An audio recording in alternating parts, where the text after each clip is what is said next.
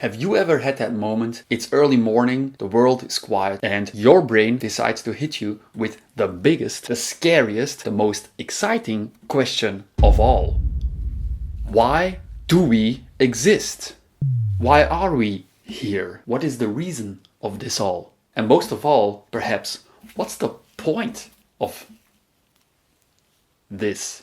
Is there a giant cosmic plan, or are we just a chaotic accident? Or maybe the answer is somewhere in between. For thousands of years, the greatest minds in history have wrestled with this question. And today we are going on a high-speed tour through time to find out their answers. Our first stop, ancient Greece. Meet Aristotle. If philosophy had a founding father who wanted everything to be neat and organized, it probably was this guy. For Aristotle, the answer to the question, why do we exist, was surprisingly simple. He believed everything had a telos, a purpose, an end goal, a final cause. Think about a knife. Why does a knife exist? Well, a knife exists to cut. A good knife is one that cuts well. It is fulfilling its purpose. Aristotle, he applied this to everything, including us, you and me. So what is our telos? What is our purpose? What is the one thing that humans are uniquely designed to do? That's right, reason, to live a life of virtue and contemplation. Our purpose, our telos, is to be the best, the most rational, most flourishing version of ourselves. So, let's wrap this up. For Aristotle, we exist to reach our full potential. This is a simple, optimistic start, but what if there isn't a built-in purpose? Well, let's jump forward for 1,500 years to be exact. We are now in the Middle Ages. The world is now dominated by a new idea, monotheism. So believing in one God. And our next philosopher, Thomas Aquinas, is its absolute champion. Aquinas, he looked at the incredible order and complexity of the universe. The stars, the seasons, the human eye. And he said, this can't be an accident. A brilliant watch must have a brilliant watchmaker. That's not Aquinas that said that, I know it, but I'm making a video, so move on. For Aquinas, our telos, our purpose, is not to reason, but to know and love our Creator, God. Our existence is a chapter in a divine story written by God or a higher power. We exist to live in accordance to God and His will to find ultimate happiness and union with Him in the afterlife. So, for Aquinas, we exist because God made us with a purpose, to know Him, to love Him. Our meaning comes from outside ourselves, from a divine source. And for centuries, this was the most dominant answer in the Western world. But then things got really complicated. Welcome to the 19th century. Science is on the rise. And old certainties are crumbling. And our next philosopher, he arrives with a hammer. Meet rock star Friedrich Nietzsche, the man with the most amazing mustache. Nietzsche, he dropped a bombshell on philosophy with 3 words. God is dead.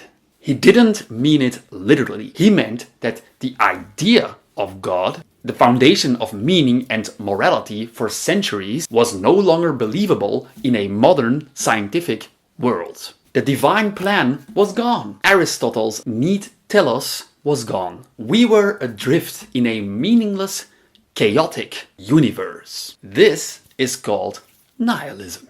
It sounds depressing, right? But for Nietzsche, it wasn't. It was liberating, in fact. If there's no pre-written script, we can write our own. He challenged us to become the Übermensch, or the overman. Simply put, a person who rejects old values and creates their own meaning.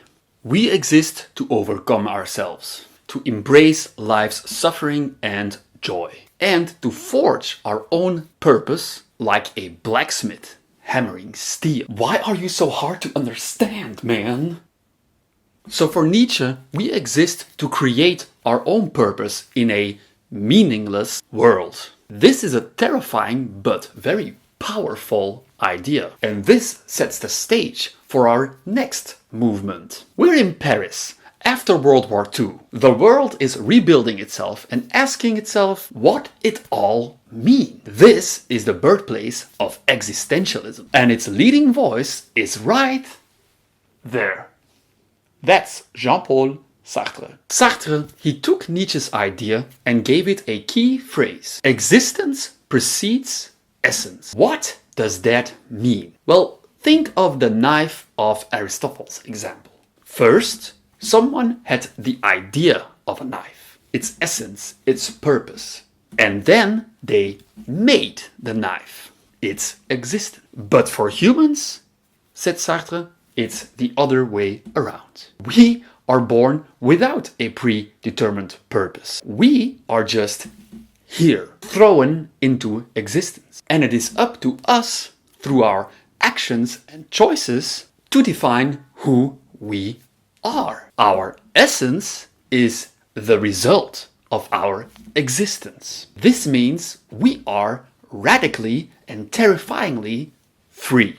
There is no instruction manual. There is nobody to blame. Every choice you make creates another piece of your meaning. Your purpose is what you do. For Sartre, we exist to be free and to create ourselves through our choices. And the weight of that freedom is very heavy, but it's also simultaneously our greatest gift. And now we arrive at our final thinker, Albert Camus. Albert Camus was a friend and contemporary of Jean-Paul Sartre, but yet he saw things a little bit different. He looked at our human desire for meaning and a universe that offers none. And he called this conflict the absurd. It's absurd. We crave answers, but the world offers none. The universe is silent. So what do? Albert Camus, he said we have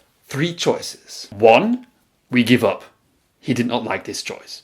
2, we take a leap of faith into a divine plan. He saw this as philosophical suicide. Or the third option, which he championed, revolt. Revolt means looking the absurd straight into the eye and living anyway. And to embrace this struggle, he used the Greek myth of Sisyphus as the perfect metaphor. Sisyphus, he was condemned by the gods to roll a giant boulder up a high mountain only for it to roll back and start all over again for eternity. A pointless, hopeless task. But Camus, he invites us to imagine Sisyphus happy, because in that moment of consciousness, as he walks back down from the hill to the boulder, he is free. He is the master of his own fate. His struggle is his meaning. So for Albert Camus, we exist to find meaning in a meaningless world, not by creating it, but by rebelling against the lack of it and finding joy in the struggle itself. So, there you have it. A whirlwind through 2,500 years of history. 5 brilliant minds, 5 radically different answers, from a clear built-in purpose to a terrifying freedom to a joyful rebellion. So, what's the right answer? Well, that's the most beautiful and most frustrating part. There isn't one right answer. The journey these philosophers took is the same that we are all on. But now I want to hear what you guys think. What idea resonates most with you? Let me know in the comments. This was today's episode, and I'll catch you guys in the next one. Bye!